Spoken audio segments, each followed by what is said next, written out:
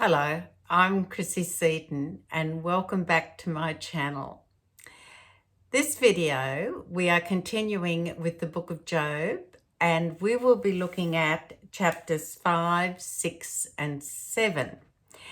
And I have already previously provided links where you can access the book of Job online, and there will be a link in the description box below at the end of this video as well.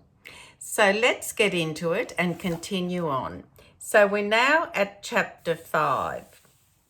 And just to recap, remember that Job's 3 friends have come from a long way off to comfort him through his mourning, the loss of his children, and also his dreadful affliction, skin affliction that he is suffering with at the moment, which is very painful and not pleasant to be around.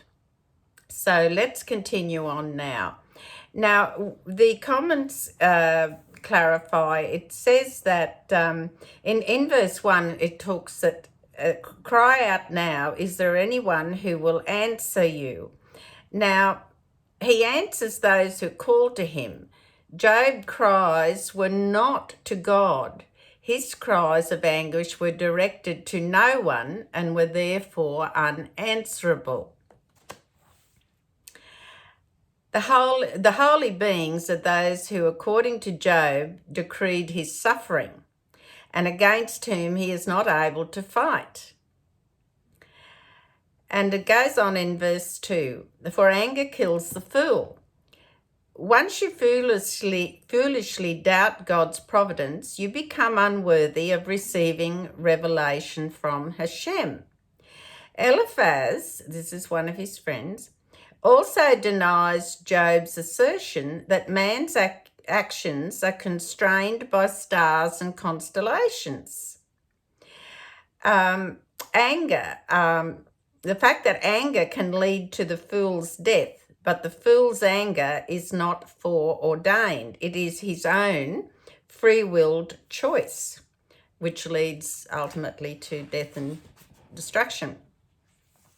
So let's move across now, and we're going to take a look at verse 3 and its subsequent comment. Verse 3 begins, I saw a fool strike roots. Now Eliphaz expounds the general rule that the righteous will prosper and the wicked will suffer. He adds that he saw in his vision, this is chapter 4, verse 12, he's referring to, that even if evil people seem to be firmly rooted and secure, they will be cut off and lost.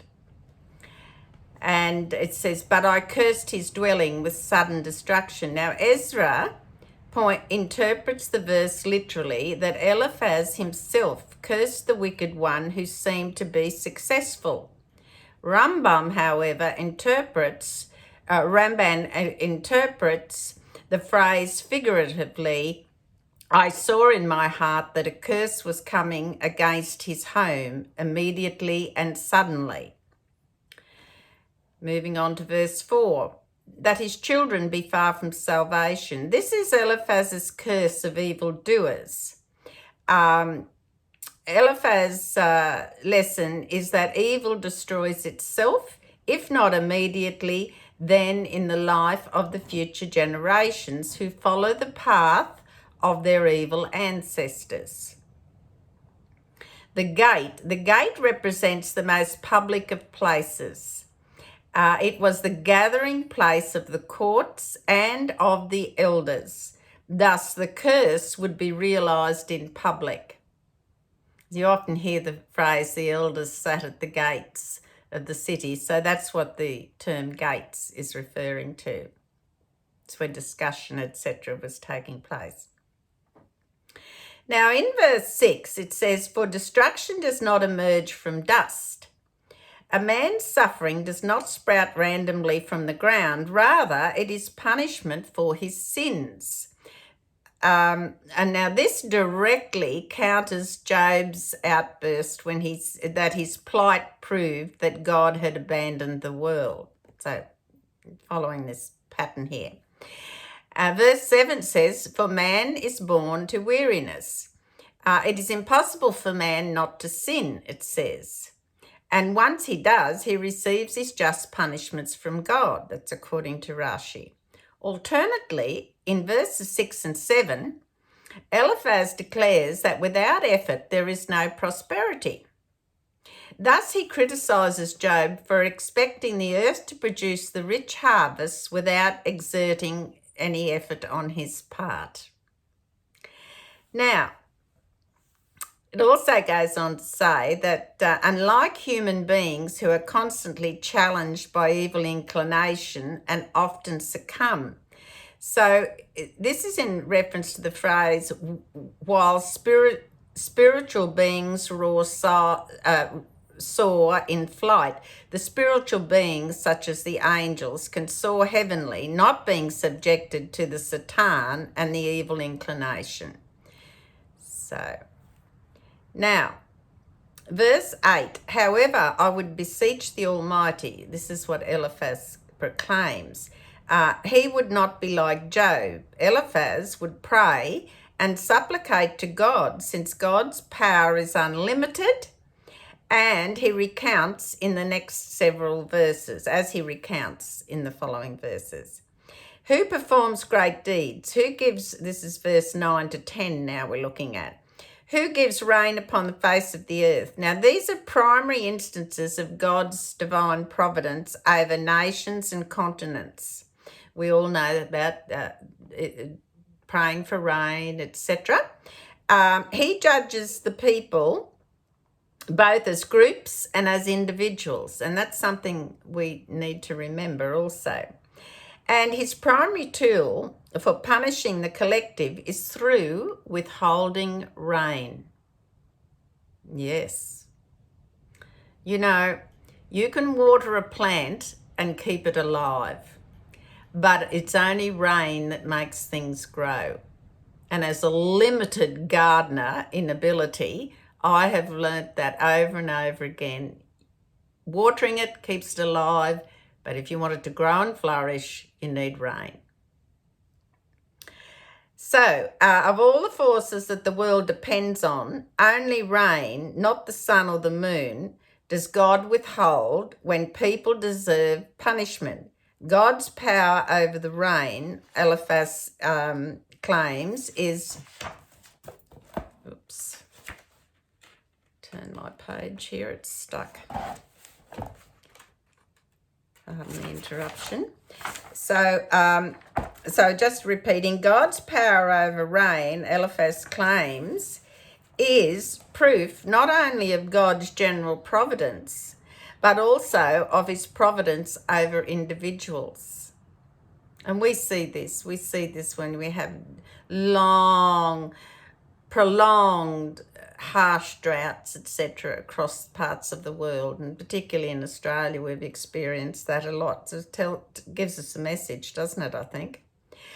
Now, verses 11 and 12 go on and say that by giving rain, the farms become productive.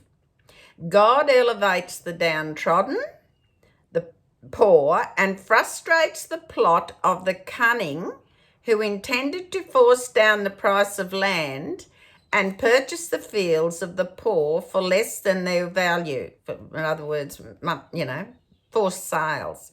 Now, we've seen this happen in Australia. When previous in this last severe drought we had, there were a lot of people that just, well, some of them walked off with nothing because they still owed money on their farms, but others just anything to get out, their whole livelihood destroyed.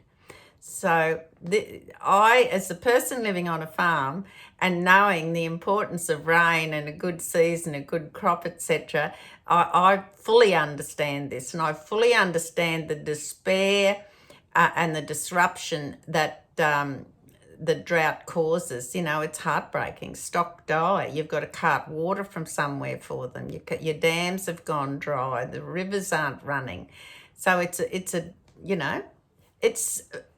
a soul-destroying situation.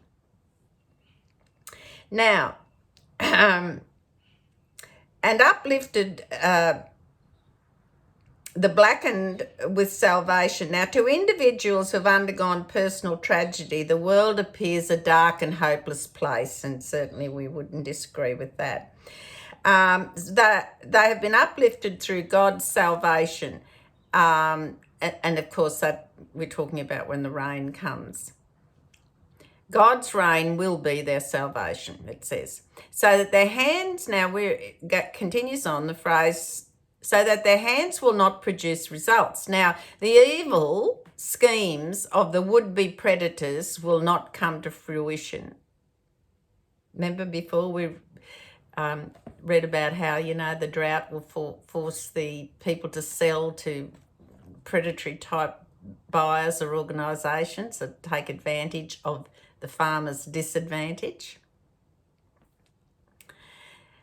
Verse 13, it begins, who traps the shrewd with their trickery. Not only are the evildoers foiled, but their very plan leads to the success of their intended victim. Now, this is again referring back to the rain. When the rain comes, the evil plans of others comes to nothing, doesn't it? But this is very interesting, this little bit. I'll just read that again.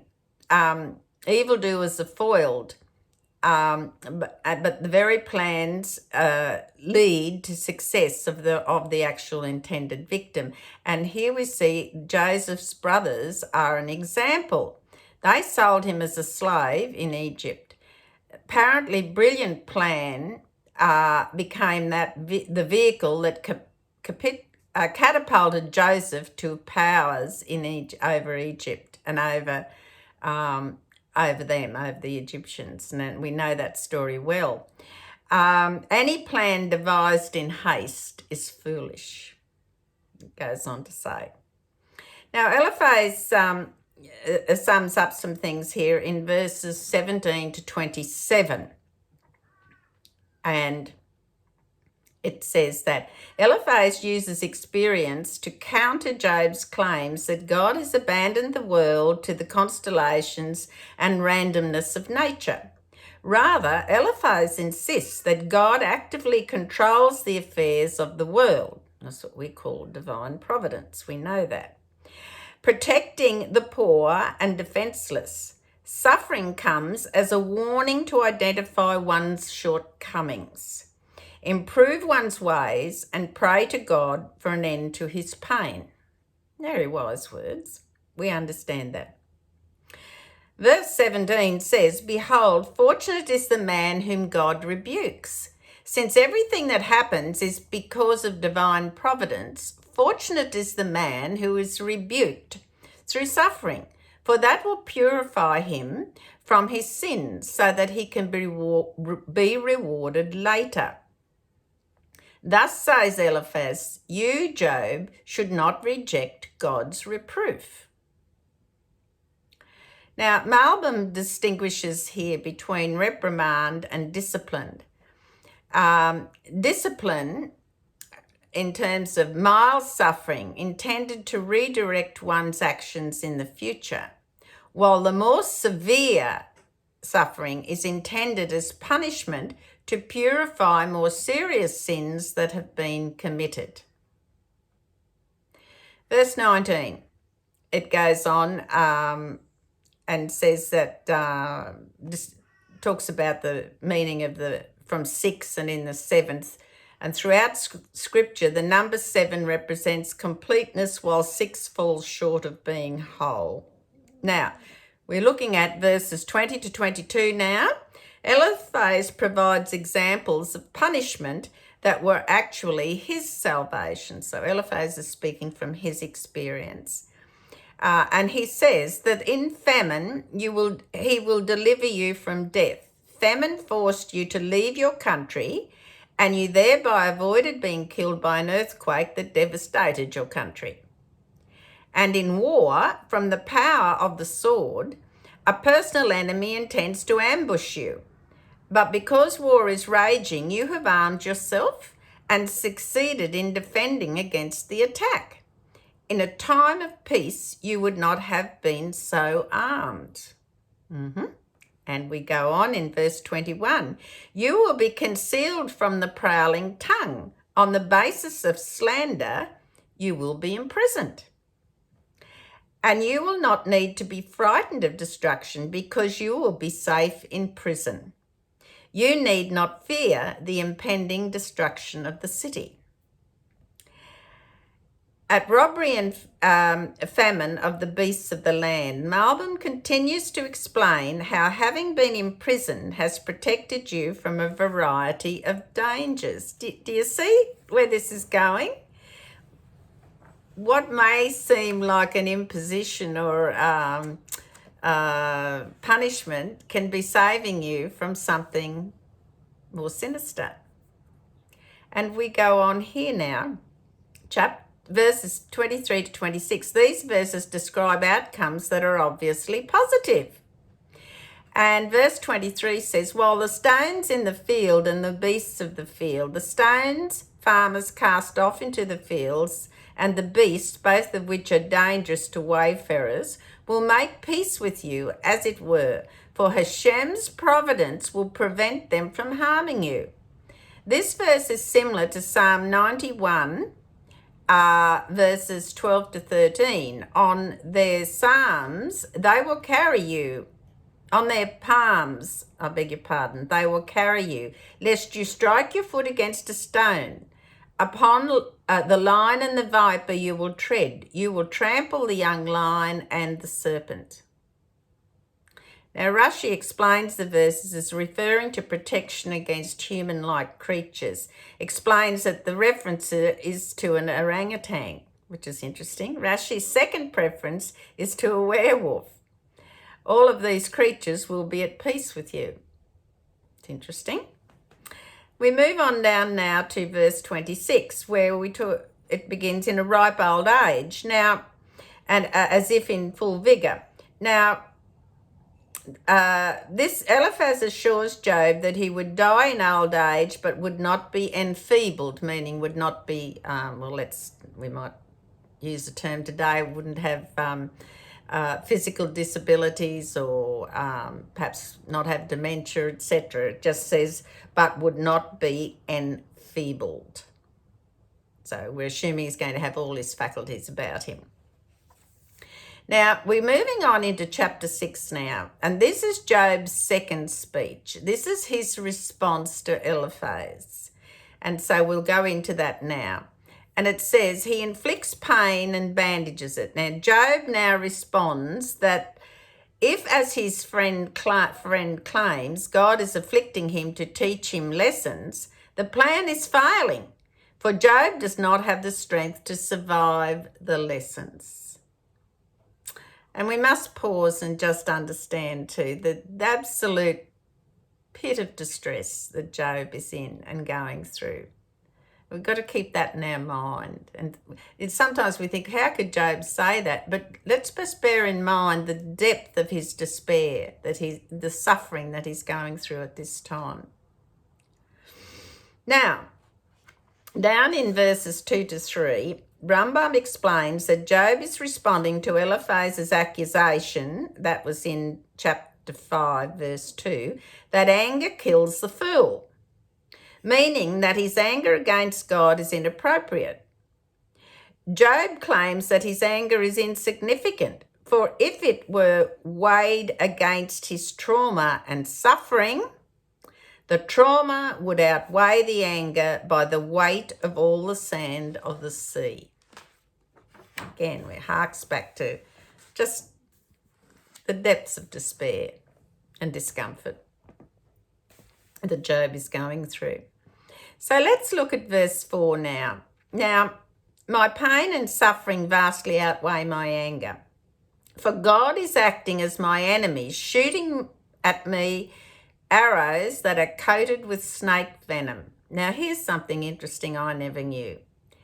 Rambam said it was the practice of Persian soldiers to put snake venom on their arrows, on the tips of their arrows. Fascinating. I never knew that. Verses 5 to 6, Job negates the simplistic implication that he must have sinned grievously to receive such punishment. Job insists that he would not be complaining without justification. Eliphaz's bland answer does not satisfy. A wild ass or an ox would not complain if he had the minimum of food it needs. Job asserts that he does not have the minimum answers he craves. Job does not have the minimum answer he craves. Now, moving along to verses 8 and 9, it says, frustrated by his failure to receive a satisfactory answer, Job has determined that he would rather be dead than undergo such suffering. And again, we need to remind ourselves of how much he's suffering and mourning the loss of his children. And then he has these horrific boils, these putrid, pustulating, oozing boils that are foul all over him. And not only the smell, but the discomfort, they're painful, dreadfully painful. Now, verse 10 says, moreover, that would be my consolation, that he shows no mercy. Now, the comment is, I would be consoled and rejoice in my pain if only I knew that he would kill me immediately without mercy. Further to that, for I have never disregarded the words of the Holy One. I deserve that God grant this request because I served him faithfully and never violated his decrees. So, you can't help but, just feel for this man. Now verse 11 says, what strength have I that I should wait? I don't have strength to survive until the disease relents. Even if God should eventually heal me, Eliphaz describes in chapters 5, verse 17 to 27, I will not live to benefit from it. Now, verse 12, is my strength the strength of rocks? I cannot withstand the physical blows that batter me. That's the explanation for that. And in verse 13, it says, is counsel to be withheld from me? And the explanation is, I lack spiritual guidance to discern the reasons for my suffering, and my friends cannot provide it. So, it's just an ongoing, the frustration that Job's having, the very people that he thinks are going to offer solace to him and reasoning, etc., are sort of more saying, well, you did something wrong, Job, because you're being punished. You must have done something. So we continue on. And we're looking at the situation here where empty talk really isn't moral support, which is what Job was expecting from these three friends. But remember, we're only dealing with the first one at this stage. So verse 14 says, one who withholds kindness from his friend. Now, Job is critical of Eliphaz, who did not provide a satisfactory explanation of his suffering, and accuses him of forsaking the fear of the Almighty. And the explanation says, not only did Eliphaz not have an answer, he had declared to Job in chapter 4, verse 6, was not your fear of God your foolishness?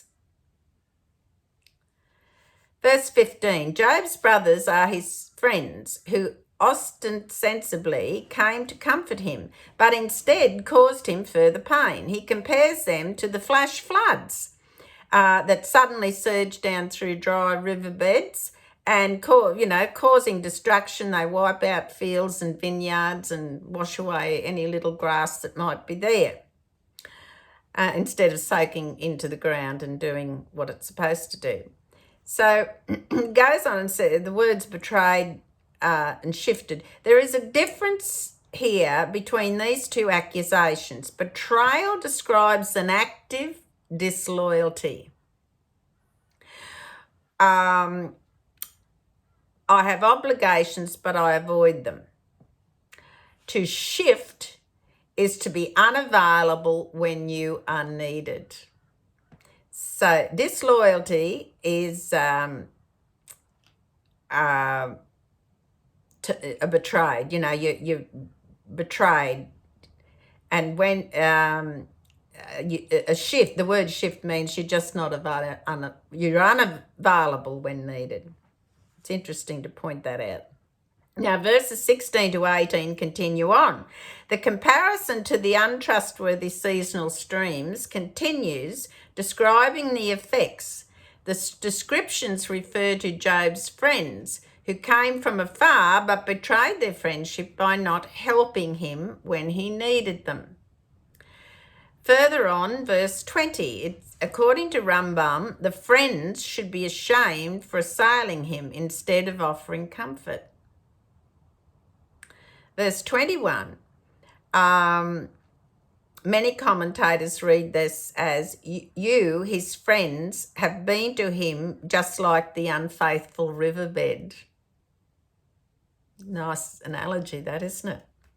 Rushed through and caused more destruction. No goodness came from it. There wasn't that spirituality to soak in and support Job. Goes on and says, you saw disaster and became frightened. When you saw the decrees of destruction that befell me, you were afraid to agree with me that I did not deserve it. Afraid to say the truth, that I was unjustly punished. And remember, all along, Job has proclaimed his innocence. He's still in this point of what on earth happened. What is happening to me? Why? Now, the theme here goes on. It talks about, Job saying, show where I went wrong, and against the backdrop of the friends still saying that Job must have done something wrong. So here we go. Where was I? Now, verse 26. The explanation here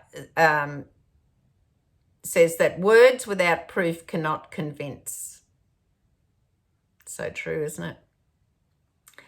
And goes on, says, empty talk is so much wind, so your words are irrelevant and useless. According to Malbon, the verse refers to Eliphaz's claim that he speaks with the spirit of prophecy. And a message surreptitiously reached me. This is in reference to chapter 4, verse 12. Job rebuts Eliphaz, asserting that what he saw was just empty words that came to someone in his dreams. Okay. Goes on here further and says that Ezra comments that Job is saying, you, Eliphaz, consider the words of a sufferer to be nothing but wind, and only your words are correct. Let's see the to and fro going on here. The commentators, in verse 27 now, the commentators find various ways in which Eliphaz and his friends carry out the opposite of the justice they claim to uphold. The Job accuses them of relating to an orphan with anger instead of with the mercy he deserves. Again, they seem to be on opposite sides of the fence, don't they? Misunderstanding. Verse 28, since I am the issue, whether I am righteous or evil, and that is the deciding factor to determine here, if I have been justly punished, then focus on me to examine my deeds. Do not be satisfied with a superficial conclusion that since I was punished, my righteous deeds must not have been sincere. Going on further, in verse 28, Job has declared that there is no substance to their claims, meaning his friends' claims, that they should listen to him and acknowledge that his complaints are not false or irrelevant. Verse 29, it says, the commentary says, consider again, I am right. Rambam raises Job's criticism to an even higher level. He exhorts his friends to repent so that there should be no evil in them.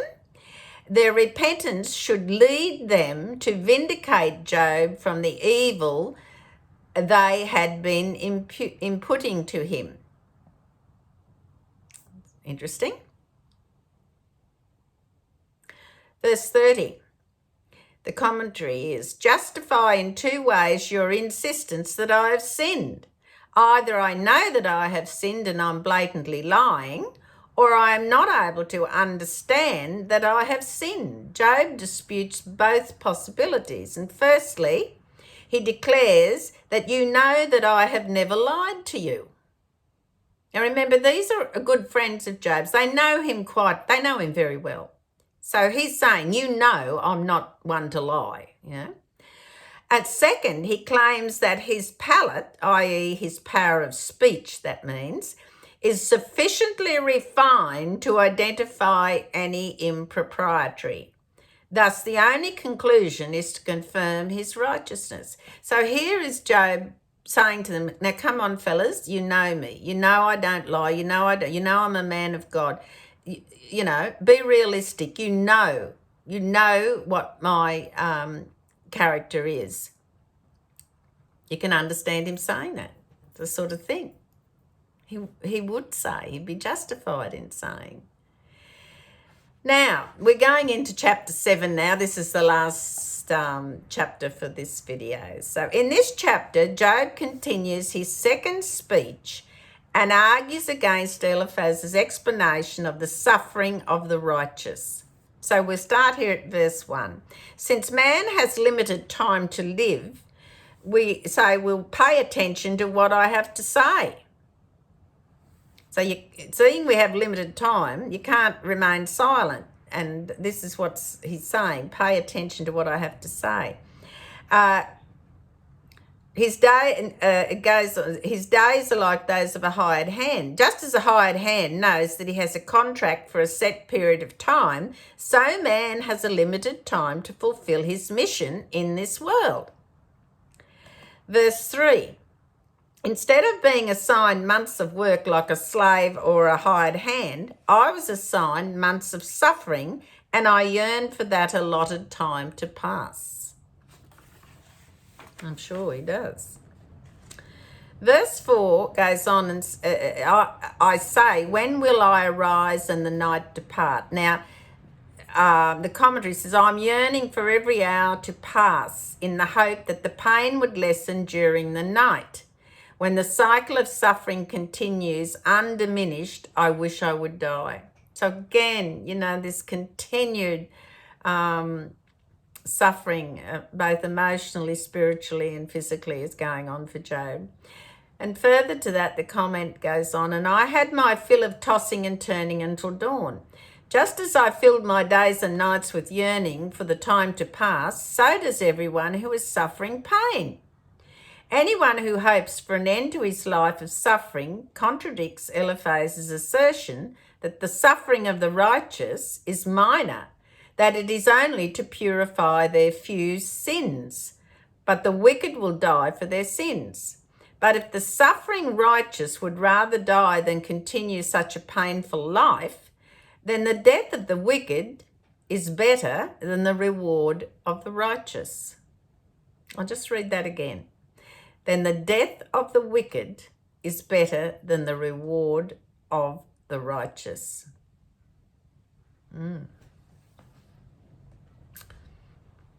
Now, we're going to go down here now to verse 7. Prior to that, we hear about, the putrid wound, open wounds, etc., that Job has on his body, oozing pus, etc. So down to verse 7, My eyes will never again see goodness. Now, according to Rashi, Job's frustration causes him to deny the resurrection of the dead. Now, in verse 8, the eyes of my observers will not see me. After I die, no one who seeks to see me will be able to. As noted above, this implies Job's denial of the principle of the resurrection of the dead. Okay. Now, it continues on in verse 8, your eyes are upon me, but I am no more. Job here speaks to God. You had no need to keep me alive to suffer so. Had you merely glanced upon me, I would have ceased to exist. Verse 9, Job declares that he has no expectation to be brought back to life to see a reward. For the spirit that descends to the grave will not return. This is his idea. Further to that, we go on that the last of Rambam's 13 principles of faith is the belief in the resurrection of the dead. And the doctrine of the resurrection is miraculous and not subject to natural laws. So it's just bears us understanding that. This will be miraculously accomplished, and we will understand that when the time comes. There's a lot of conjecture as to what it is. We're not going into that at this point in time. So the doctrine of the resurrection of the dead you can see in chapters 10 verse 21, chapter 14 verse 14, and chapter 16 verse 22. So moving on to 11 now, verse 11, Rashi explains this verse is as if it were introduced with the phrase, since you, God, do not cease my punishment, in response, I will speak out against what I see as your injustice. So it's a little bit, childlike response, isn't it? You said, I'll say. Verse 12, that you put me under guard, as the sea is bounded by the sea and a fish is confined to the water, so I have been prevented from dying. Poor Job. Verse 13, my couch will ease my pain. I thought that while I slept, my pain would be eased. Well, obviously not. Verse 14 says, when I slept, I suffered a new element of pain. Instead of relief, the frightening dreams and visions broke my strength even further. Verse 16, since my days are numbered and of no worth, why won't you let me die? Verse 17, what is man that you exalt him? Now, until now, Job has been arguing that his suffering is undeserved and therefore the just God could not be directing the world. Now he asserts that even if he had committed a minor sin, which he denies, of what significance is man that God should pay attention to his actions? You can see this reasoning, the question we all ask, why? Why did that happen? I don't understand why this is happening to me. Back to that same old thing. Why do bad things happen to good people and bad people seem to prosper? What? There's so many questions, and this is reverberated in Job's speeches, in his words. Now,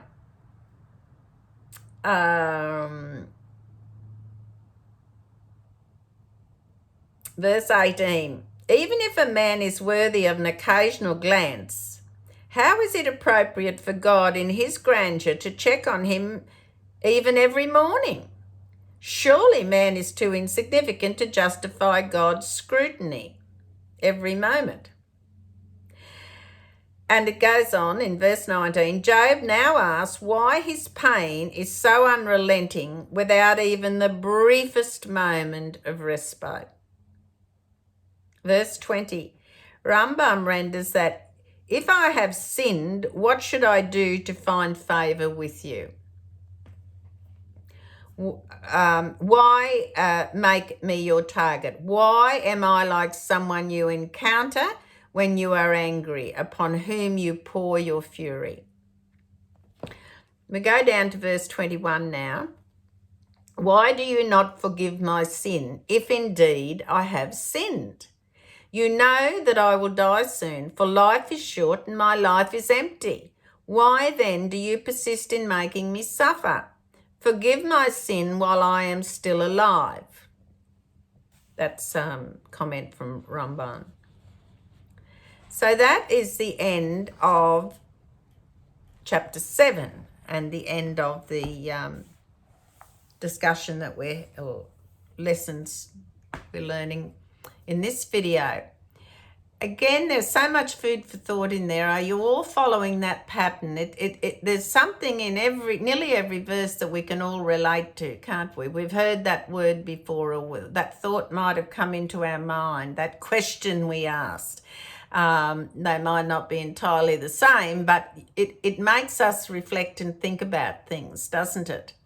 And there are questions. And so this is why the book of Job is so effective in answering some of those questions, giving us some clarity and some wisdom, a wider picture of understanding when we go through step by step all that Job went through, because we can relate to Job in some way, not necessarily in everything, but you know, he's had everything that could happen to him, or from the whole spectrum of disaster and suffering and loss. So I hope you continue to enjoy this series. Remember to check out the links on my website. There is a document page there where you will find information relating to each video. And please leave a comment, ask a question, tick the like button. And until I see you all next time, don't forget to subscribe, and God bless.